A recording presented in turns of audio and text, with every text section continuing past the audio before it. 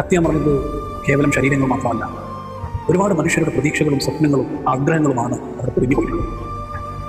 അന്നന്ന് കിട്ടുന്ന പണം കൊണ്ട് കൊച്ചു കൊച്ചു കാര്യങ്ങളിൽ സന്തോഷം കണ്ടെത്തുന്ന വളരെ സാധാരണക്കാരായിട്ടുള്ള മനുഷ്യർ വെണ്ണീരായപ്പോൾ, തീഗോളത്തിൽപ്പെട്ട് എരിഞ്ഞമർന്നപ്പോൾ തീരാ നോവായി മാറിയിരിക്കുകയാണ് അവർ. ആ വേദനയിൽ ഞാൻ അതിയായ ദുഃഖം രേഖപ്പെടുത്തുക. നഷ്ടപ്പെട്ട കുടുംബാംഗങ്ങൾക്ക് പകരമാവില്ലെങ്കിലും അവരുടെ വേദനയോടൊപ്പം ഞാനും പങ്കുചേരുകയാണ്. ജീവനോട് മല്ലടിക്കുന്ന അനേക മനുഷ്യർ ആ കൂട്ടത്തിലുണ്ട് ആശുപത്രിയിൽ.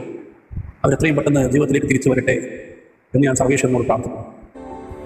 മനുഷ്യജീവനുകൾ കുരുതി കൊടുക്കുന്ന ആചാരങ്ങളും ആഘോഷങ്ങളും നമ്മുടെ നാടിന് വേണോ എന്ന കാര്യം നമ്മൾ ചിന്തിക്കണം. ഇത്തരത്തിലുള്ള ആഘോഷങ്ങളിലും ആചാരങ്ങളിലും ഒക്കെ അത് ഏത് ജാതി മത വർണ്ണ വർഗത്തിൽപ്പെട്ടവരാകും, ദൈവത്തെ പ്രീതിപ്പെടുത്തുന്നത് മനുഷ്യൻ്റെ ചോര കൊണ്ടാകരുത് എന്ന കാര്യം നമ്മളൊന്ന് ഉറപ്പിക്കണം.